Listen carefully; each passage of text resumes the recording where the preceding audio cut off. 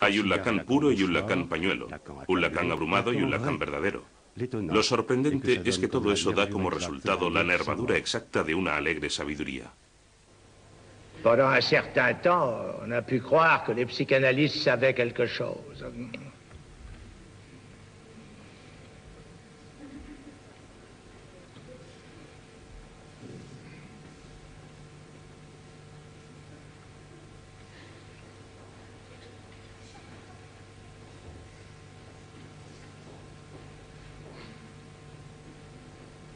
Mais ça n'est plus très répandu.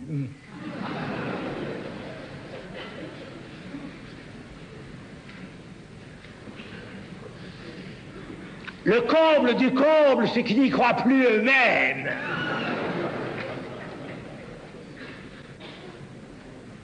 En quoi ils ont tort?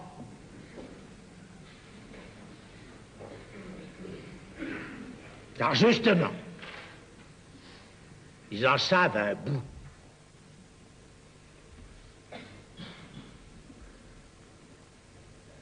Seulement, exactement comme pour l'inconscient, dont c'est la véritable définition, ils ne savent pas qu'ils le savent.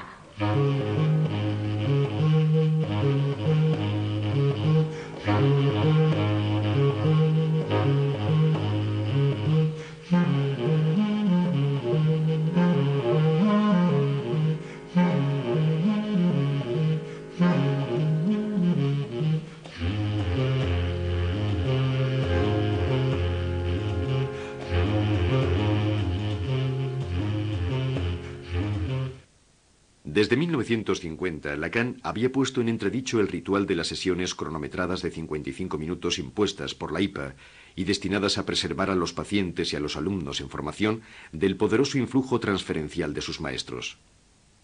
Lacan pulveriza esa regla. Inventa la sesión de duración variable que lleva al analista a intervenir en la cura por medio de cesuras o de interpretaciones, con el fin de que el paciente explore más rápidamente sus fantasmas inconscientes y pierda menos tiempo en enunciar palabras vacías.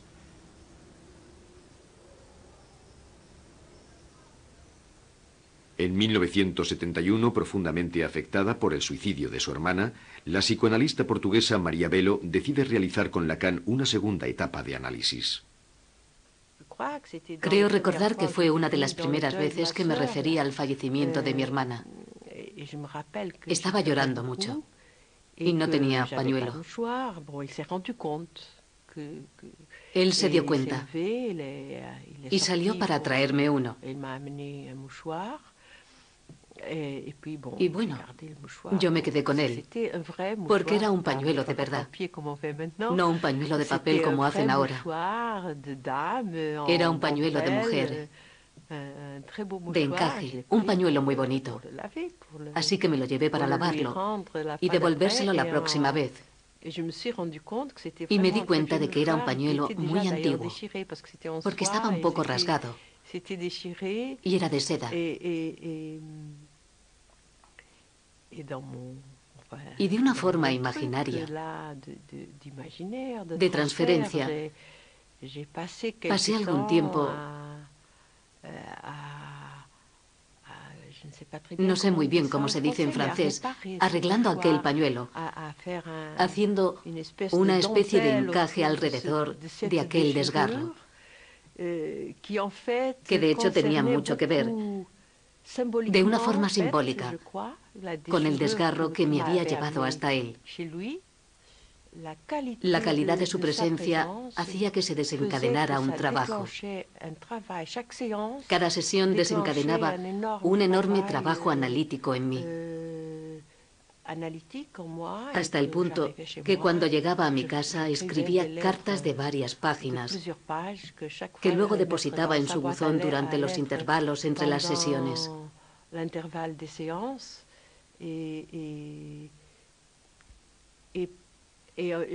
Creo que todo lo que había hecho hasta entonces, pues ya había hecho algunos años de análisis, que todos aquellos años habían sido como una preparación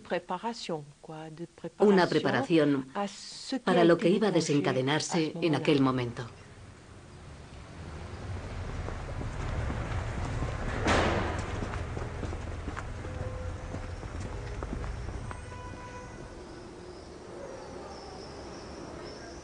A la edad de 70 años, angustiado por no haber dedicado bastante tiempo a transmitir sus enseñanzas, Lacan comienza a realizar sesiones analíticas a todos los discípulos que le profesan un amor incondicional. Sin justificación clínica, transforma progresivamente la experiencia de la cura en un laboratorio de lo extremo y acaba reduciendo la duración de la sesión a unos pocos minutos. Lacan instauró aquel método hasta la práctica disolución de la sesión.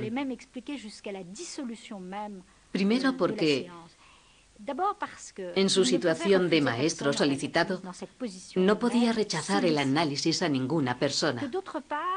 Y por otro lado, su pasión se traducía en una escucha muy particular, incluso en aquella ausencia de tiempo, que era sustituida por otra cosa distinta en el estudio de la calle Lille y de su apartamento. Aquellos que vivieron esa experiencia llevada al límite de lo imposible, pues aquellas sesiones ultra breves eran como algo imposible, pudieron extraer cosas negativas y a veces cosas positivas, pero participaron en una aventura única. Lo que yo aprendí del análisis lacaniano fue sobre todo la forma de cortar la sesión. Es decir, servirse del corte de una sesión como una forma de interpretación o como una manera de hacer sentir, comprender y escuchar a un paciente lo que acaba de decir o lo que está diciendo.